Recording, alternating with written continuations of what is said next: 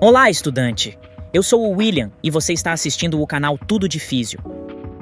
Um tema importante para a geriatria e para a fisioterapia gerontológica são as síndromes geriátricas, conhecidas como os 5 Is: incapacidade cognitiva, instabilidade postural e motor, incontinência, iatrogenia e imobilidade. Em outros momentos, podemos falar sobre cada uma delas, mas neste momento quero me concentrar na primeira: incapacidade cognitiva.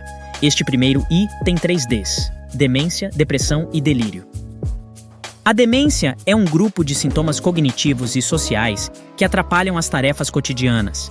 Ela é uma adquirida produzida por uma doença orgânica, ou seja, uma doença que não é mental, mas que causa uma deterioração persistente de várias funções mentais. Para entender melhor, uma pessoa com esquizofrenia não tem demência, pois a demência não é uma doença, mas sim sintomas secundários causados por uma doença que não altera a cognição de forma natural.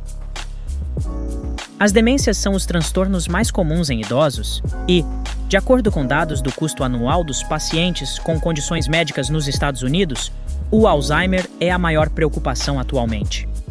Este gráfico mostra como a morbidade pode se desenvolver rapidamente no caso do Alzheimer. Em resumo, as demências são adquiridas, mantêm a consciência do indivíduo normalizada, são globais e, por fim, os sintomas interferirão nas atividades de vida diária, o que significa incapacidade funcional. Um importante dado epidemiológico a ser considerado é que a prevalência estimada para pessoas com mais de 85 anos que vivem na comunidade é de 24 a 45%. Mais metade dos idosos institucionalizados possuem algum nível de demência.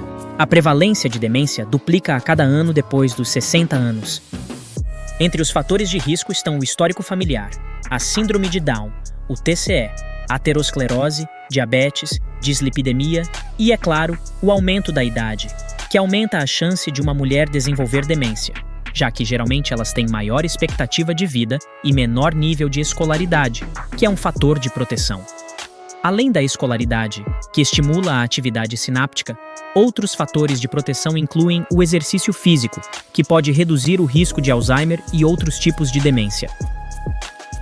Para entender melhor as causas da demência, podemos dividi-las em 2 categorias: reversíveis e irreversíveis. Dentre as reversíveis, temos a deficiência de vitamina B12, ácido fólico, neurosífilis, hipotireoidismo, hidrocefalia de pressão intermitente, tumores e hematoma subdural crônico. Por outro lado, as causas irreversíveis são Alzheimer, demência vascular, demência por corpúsculos de Lewy, frontotemporal, demência associada ao Parkinson ou HIV e doença de Huntington. Entre as mais comuns, destacam-se a demência vascular, a demência dos corpúsculos de Lewy e principalmente o Alzheimer. Nós vamos falar sobre esses 3.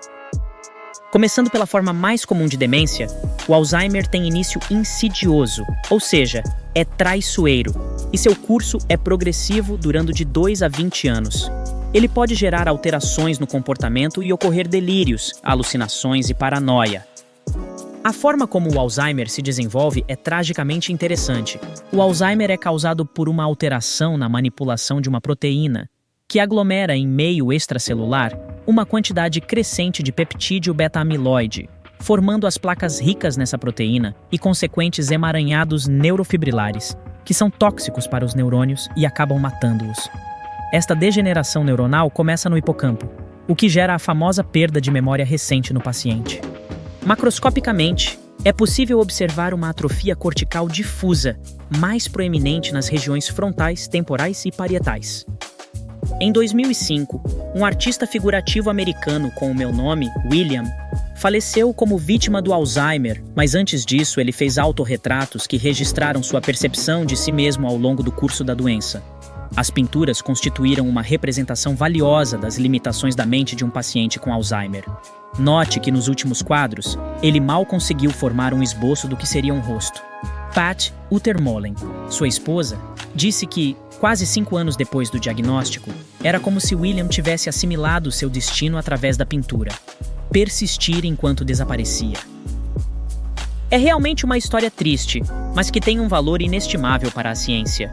pois as pinturas de Uter Molen oferecem uma janela única para a mente de uma pessoa que vive com Alzheimer, enquanto também oferecem uma válvula de escape para o artista. E algo de valor inestimável para mim agora é o seu gostei. Então, se está curtindo o conteúdo, deixe o polegar para cima e se inscreva para me dar essa moral. Falou? Ok, vamos revisar as 3 fases do Alzheimer: leves, moderadas e avançadas. Na fase leve, é evidente a perda de memória recente e dificuldade em resolver problemas. Na fase moderada, há uma perda grave de memória e desorientação espaço-temporal, o que significa que o paciente não consegue localizar-se e conhecer a data atual.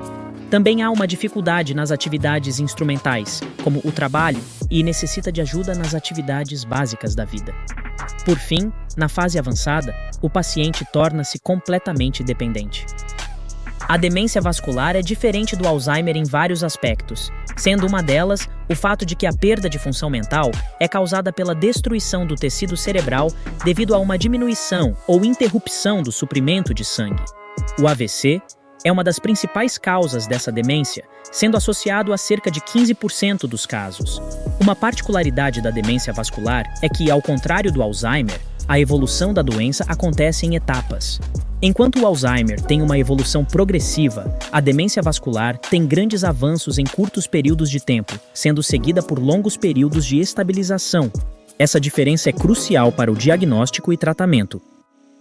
A terceira maior causa de demência por corpúsculos de Levy, caracterizada por variações bruscas na cognição, que podem ocorrer de minutos a horas, e pelo aparecimento de alucinações visuais bem desenvolvidas. Os pacientes também apresentam sintomas semelhantes aos da doença de Parkinson, como lesões musculares e dificuldade para se mexer. Esses sintomas característicos ajudam a diferenciar essa demência de outras, como o Alzheimer e a demência vascular.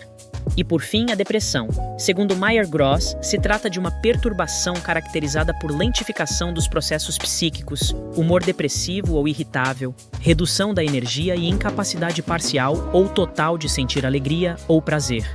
Esta é uma síndrome multifatorial, ou seja, não é só um problema psicológico, mas também hormonal e social. Gera um impacto importantíssimo na qualidade de vida. O risco de depressão é 4 vezes maior em idosos, inclusive com risco de suicídio. Um fato interessante é que a depressão ocorre mais em mulheres, mas são os homens que têm maior taxa de suicídio, pois usam métodos mais letais. Chegamos ao fim desta incrível jornada sobre as síndromes geriátricas. Espero que você tenha aprendido bastante e compartilhado suas ideias nos comentários. Se gostou do conteúdo, não deixe de deixar seu like, inscrever-se e ativar as notificações. Muito obrigado por estar conosco. Abraço e até a próxima!